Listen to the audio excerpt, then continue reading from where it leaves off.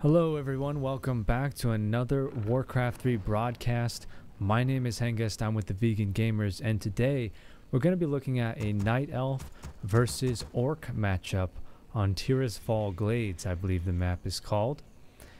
And this is a match between two, I would say, high-level players, although I don't know the Night Elf player Rellik. I'm going to learn about him, obviously, when I cast this match. But I have seen at least one match from our red orc player here. Username is Future is ours, but I believe he goes on by CheerOn online, CheerOn. So that's what I'll be calling. That's what I'll be referring to him as in this match. So that's going to be Orc versus Night Elf, one of my favorite matchups in the game. I think back to the Warcraft 3 campaign when the orcs killed Cenarius. Spoiler alert: they invaded Ashenvale Forest and killed the original Keeper of the Grove. That was like my favorite mission in the game, although Cenarius is like my favorite character, so I kind of shed a nerd tear right there when that happened. Curse you, Grom Hellscream. I'm so excited to play the Warcraft 3 Reforged campaign again, or for the first time rather. I'm refraining from replaying the Warcraft 3 campaign until I get Warcraft 3 Reforged, and then I'm going to enjoy the crap out of it. Anyways, let's get back to this match. So we have Farseer on the way versus Keeper of the Grove. The two intelligence-based heroes for these respective races are being summoned onto the field. We have mass deforestation going on here from our orc player. Meanwhile, the Night Elves peacefully and magically harvesting lumber from their trees. It looks like autumn. I don't know, maybe this map is diseased. You know, there's quite a few diseased maps in this game, from the plague that runs rampant in Reign of Chaos and Frozen Throne, but these look like trees in autumn. So, I don't know why I'm talking about the seasons right now. Gotta talk about something when everyone is just summoning heroes and opening with their build. It looks like the Night Elf player did not choose to go with the Ancient of War strategy, which is very common these days, to use the Ancient of War to creep a yellow creep camp or a green creep camp. Looks like that Wisp successfully detonated there on the Farseer, which sucked up some of his mana. He can't be too happy about that. And what spell did we take at level 1 for the Keeper of the Grove? Looks like it's the Treants. Going to be doing some very early harass here. Treants versus the Spirit Wolves. Man, what a classy matchup. And the summon units each chasing the opponent's hero. So quite a mirror here so far. Two intelligence-based heroes taking summon spells at level 1, 2 summons per spell cast, and the summons are chasing the opponent heroes across the map. So that's pretty interesting. It looks like we totally skipped archers. That would explain why we did not open with the Ancient of War strategy, because we need to quickly start summoning huntresses after that Hunter's Hall finished there. Quite an early Hunter's Hall. And certainly our orc player CheerOn has scouted this, has seen this, 2 Ancient of Wars and 1 early Huntress. So this is looking like a pretty safe bet on a mass Huntress strategy here from Rellik. And how is CheerOn going to be responding to that? Looks like he himself has not trained any units so far. He instead went for a pretty early tech there. So it remains to be seen what his build order is going to be. Right now, all he has on the field is Spirit Wolves. And he's going up against what appears to be a mass hunter strategy. So CheerOn is going to have to respond pretty quickly to this very early heavy Night Elf tier 1 aggression. At least that's what he's built to do. And this barracks took quite a bit of damage. It looks like the treants were wailing away on it while that peon was hard at work constructing this building. And we're not training any units for the orc player, so he's got to do something quick. I would probably expect him to hire some mercenaries in this situation, because he doesn't want to invest in tier 1 very much, as it's pretty clear to see. But he is going to need some units to deal with all these huntresses, which Rellik could very easily take to his base in the north and wreck him and make this an early GG. Ring of Protection +2 drops for our Keeper of the Grove. Not too good of an item.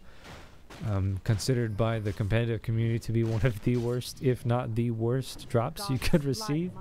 That Ring of Protection +2. And the reason for that is because armor is not a primary attribute for anybody.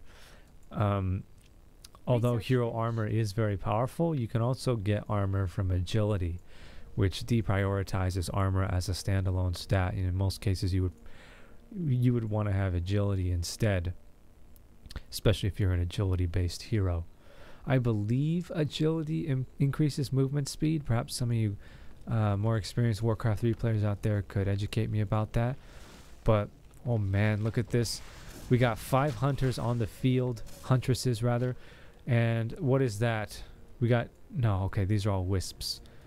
Oh, and we got 2 glaive throwers on the way. So perhaps I was mistaken in saying that Rellik would be going for a mass hunter strategy. It appears he is going for siege damage early. And this is a lot of tech here at this stage in the game for an orc player. And all he's really got on the field is 3 troll headhunters. So I'm not going to call it just yet, but this is looking like a mass troll berserker strategy from CheerOn, or at least we'll be seeing troll berserkers in the mix. And wow, look at this super aggressive strategy here from Rellik. He is building his Tree of Life on his opponent's expansion. So this is likely why we see glaive throwers on the way, because it will be easier to defend this position with glaive throwers, although I don't see where those glaive throwers went. Oh wow, look at this. We also have towers building right now from Rellik, and I don't think that CheerOn has spotted these towers. No, he has not seen these towers. So this could go south very quickly for our orc player, as he was just casually creeping. He's really, I think he might even be behind on EXP. Yeah, he obviously is behind on EXP. He's going up against a level 3 Keeper of the Grove, 6 huntresses, treants, and I don't know, maybe there are some glaive throwers, or maybe he canceled those. I think he did cancel those glaive throwers he was building from the Ancient of War, and decided instead to build some forward towers here on his opponent's base instead, and take his expansion. So this is some very aggressive Night Elf tier 1 play, and I really like the look of this. So with the Ancient Protectors, you can uproot them and slowly move them into position of your opponent's buildings. Night Elf is the only race that can do this, and with his superior supply lead, he is able to defend this, and CheerOn just has to accept it. Thankfully, the Ancient Protectors do not deal siege damage. They just deal piercing damage. I think at one point they did deal siege damage, so that would have been extra devastating. But 2 towers on this Spirit Lodge is going to take them quite a bit of time to take it out without any Huntress damage. In fact, I think 2 peons, maybe even 1 peon, can repair through that DPS. So the more time that goes by, I think our orc player grows more likely to deal with this towering strategy. But I think this is not really an attempt to win the game here from Rellik. This is more so just a power play to get up that expansion on his opponent's territory. So he does move in all these huntresses, and with the bouncing blades, he's going to take out the Spirit Lodge and do a lot of damage to the barracks. Meanwhile, CheerOn is currently training catapults, which is what he needs to deal with these towers. But in such close proximity to all these huntresses, he's going to be in quite a bit of danger here. A strong likelihood of losing those catapults. Looks like the orc army was caught off guard here. A little bit out of position, though. He doesn't have any defenses outside of his burrows that he could currently inhabit with peons to deal some static defense damage. And he does end up losing his Farseer, so that's a pretty big deal here. Right now, all our orc player has to his name is a few casters, 1 troll headhunter, 2 catapults, and a couple towers back here to defend against this push. So he is pretty much boxed in his base right now. I don't think that Rellik feels confident in his ability to dive into this orc base. I don't even think he's seen these towers here. Oh, he has spotted the towers. Plus, of course, you have those burrows, which could at any point in time turn into towers themselves, which can actually deal tremendous DPS if they're full of 4 peons. So Rellik has decided to wisely pull back with his towering strategy, but the mission has been accomplished. He has this Tree of Life up, and I would reckon he's probably been mining from it for a couple minutes now. So the Night Elf player is quite ahead in this match so far, economically speaking, but he's also behind on tech. So if our Orc player is very careful about how he spends his gold, and he's careful not to lose too many units, then he could easily come back from this game, though it does look like he's pretty far behind right now. This is anyone's match. We have a lot of Huntresses here. Are we going to see Rellik transition away from this? Wow, more Huntresses on the way, now at 53 supply, almost entirely Huntresses. I think the only exception to that would be his hero, and no tier 2 hero on the way. So we might actually see solo Keeper of the Grove in this match, which I don't see very often, which could of course lead to Tranquility a little bit later on. So Rellik is going to use this massive supply lead he has to grab up as many of the creeps on the map as possible, get his hero as close to level 5 as possible, and probably end up going for solo Keeper of the Grove. I can't remember the last time I saw that, but I could be mistaken. He could decide to summon a tavern hero, or he could just train, I don't know what would be the best, probably a Priestess of the Moon with the current unit composition he has, a little bit later in the match. Let's take a look at where CheerOn is at with his tier 3 tech. What is he deciding to do? Looks like he's pretty much rushed Tauren. I wouldn't say he teched really fast, but there's pretty early Tauren on the field right now, which is the appropriate response to this mass hunter strategy. Tauren are basically meat shields, plus with Pulverize, their upgrade that you research, which I think he already researched, you can deal huge AoE damage against Huntresses who tend to bunch up quite a bit. They have a pretty large hitbox, but they still group up very closely together when they're attacking. So Tauren are really a great response to this mass hunter strategy, and I think as long as he's able to get off enough Tauren that he'll be able to deal with this, at least in the mid game. But look at that, no potion of invulnerability, no scroll of town portal. It was a very fast entangle directly into scroll of speed and surround on that Farseer. That was extremely brutal. That Farseer has been focused so hard in this match so far. That's the second time it's died, but that was a very, very dangerous situation to be in for the Farseer. I don't think it was expecting that, but really there's not a lot you can do against that entangle surround. Even if you dispel the entangle really quickly, the Huntresses are already in position to kill the hero with that surround because of that scroll of speed. I think the only way he could really deal with that is either Potion of Invulnerability, which is kind of a gamble, but then the safe response would be the Scroll of Town Portal, which he did not have on him. And against this sort of strategy, you can force your opponent to continually buy Scroll of Town Portal and then waste their scroll with the surround strategy and really damage the economy that way. So one catapult falls. Oh wow, look at this. Ooh, lightning shield on that berserked Tauren. Quickly dispelled it, but those shaman can continually spam that berserk on the Tauren. The Taurens will slowly lay waste to this Night Elf army, but currently he only has one on the field, but that's Master Shaman.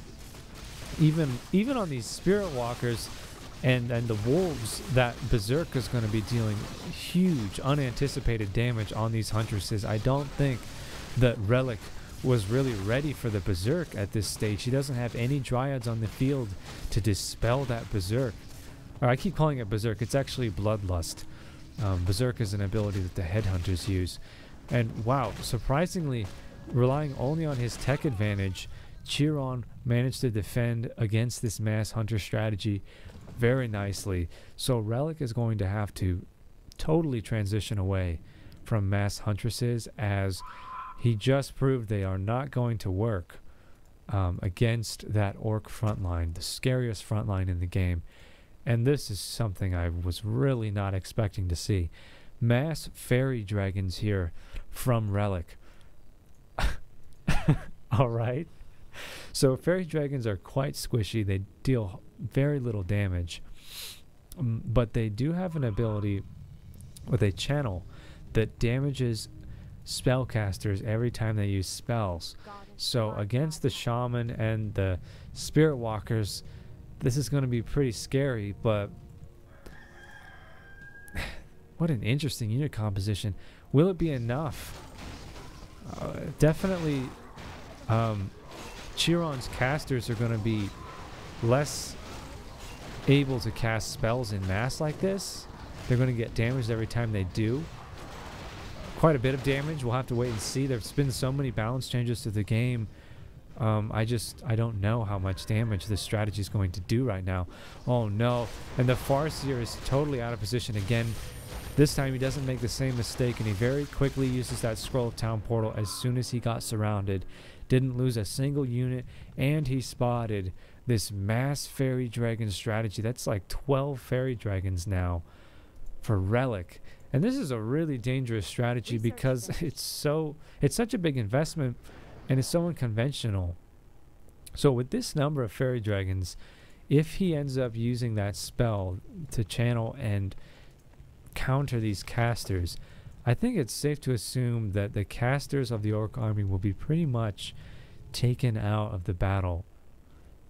He might even refrain from casting until CheerOn slays some of those Faerie Dragons, or you might just depend on Spirit Link with these Tauren. He currently has 2 Tauren, and just try to tank through all that Faerie Dragon passive damage.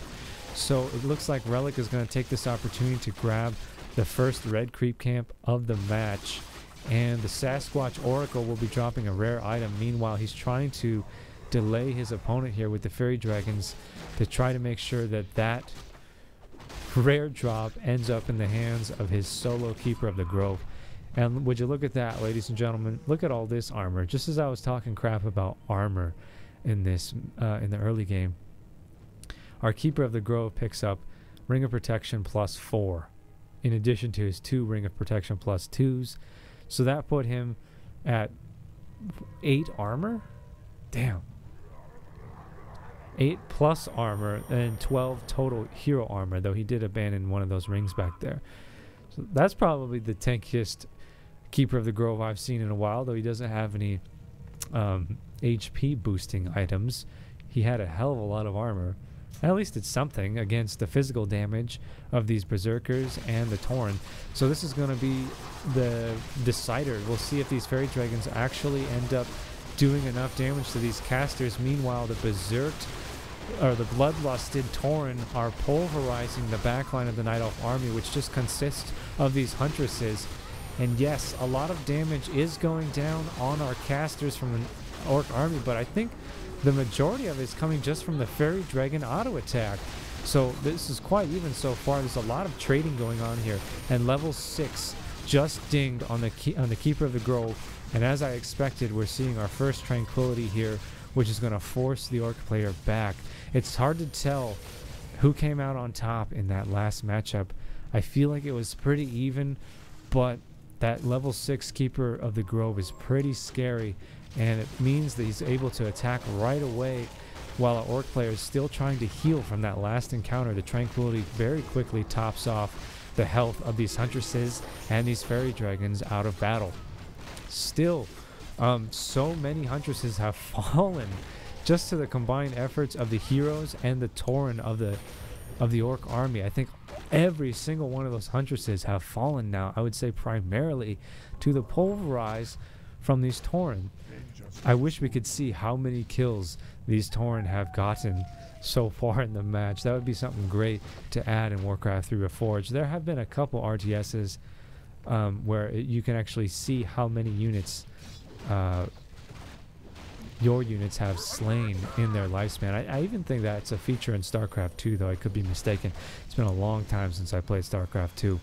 Level 5 now on our Farseer. That means level 3 Shadow Wolves, which are actually formidable melee units.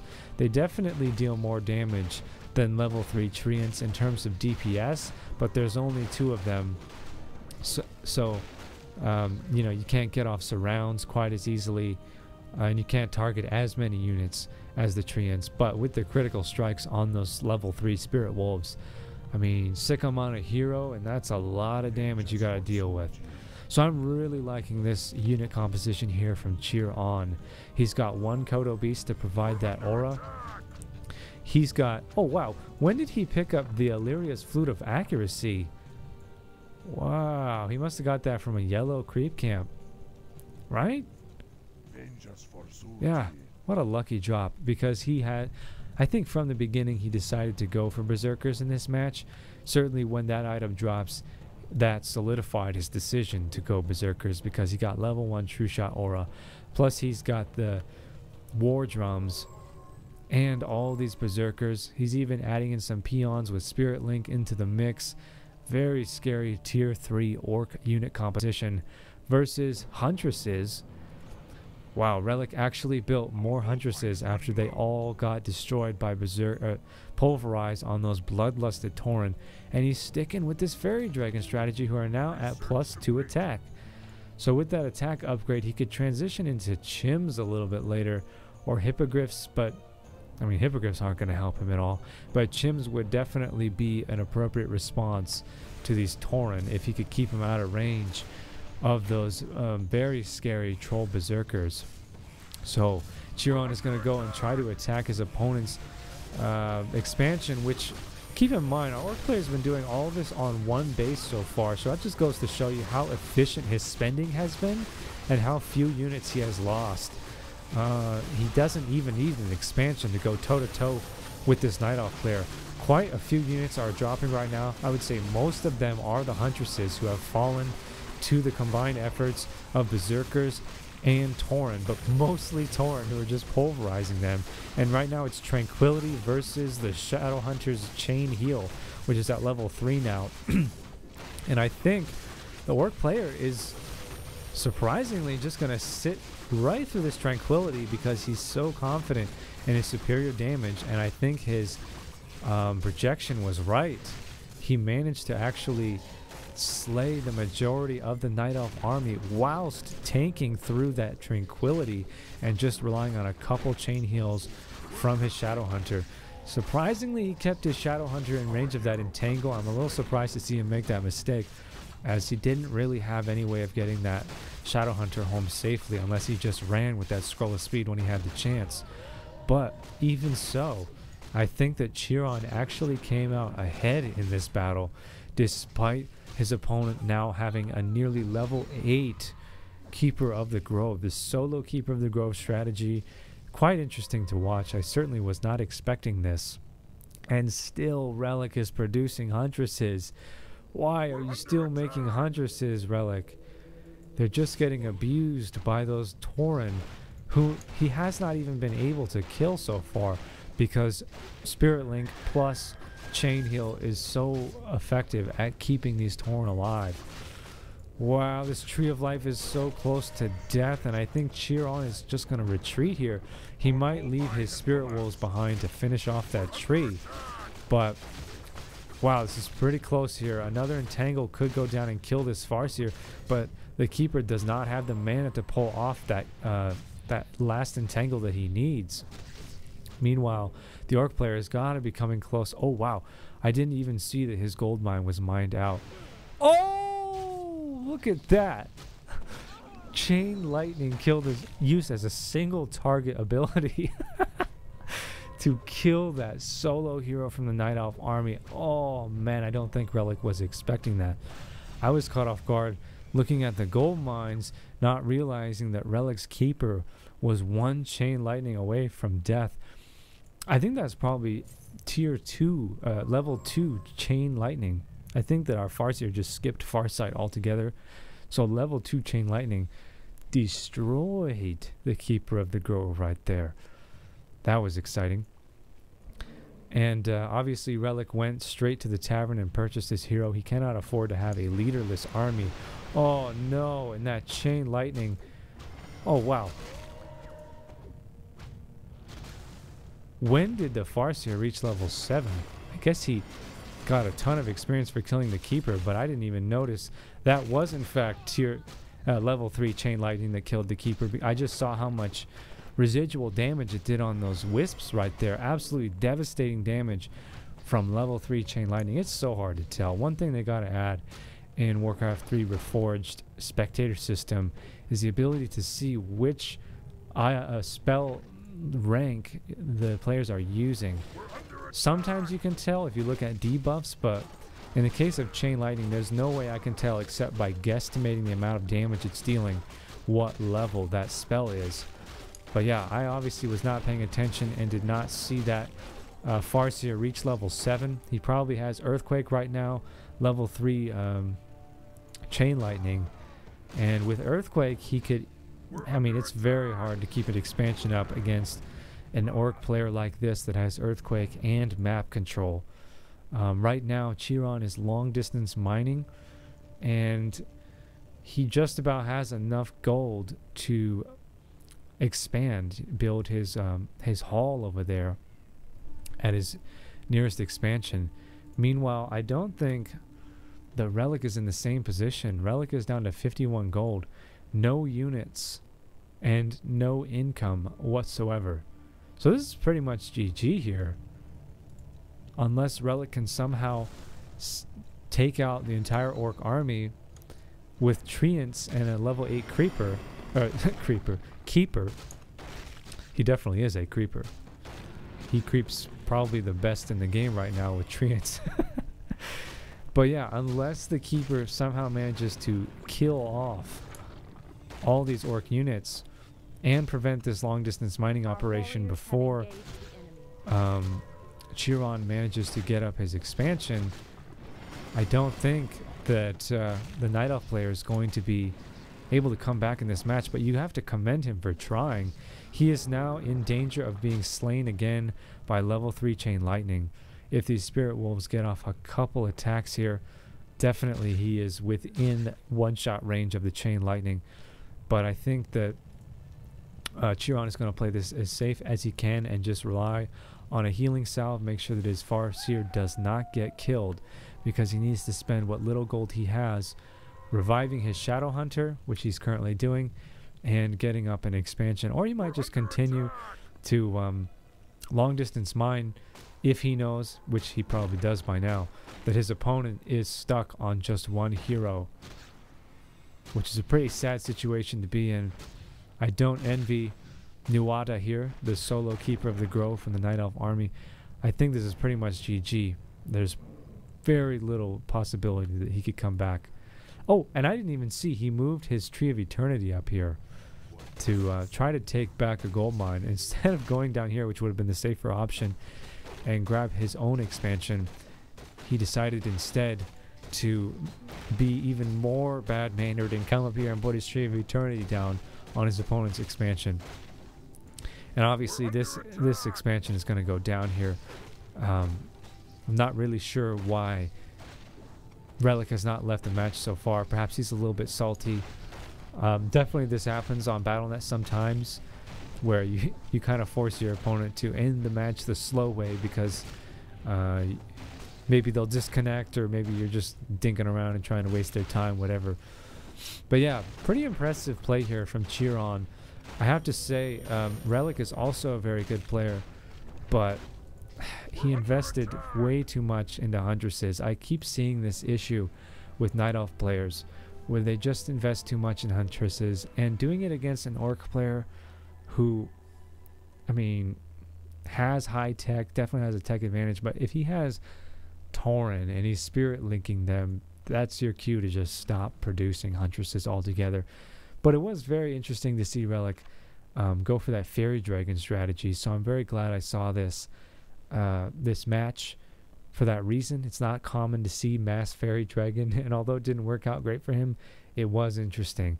So thank you guys for watching. Stay tuned for the next video, and thumbs us up if you enjoyed it. Peace out.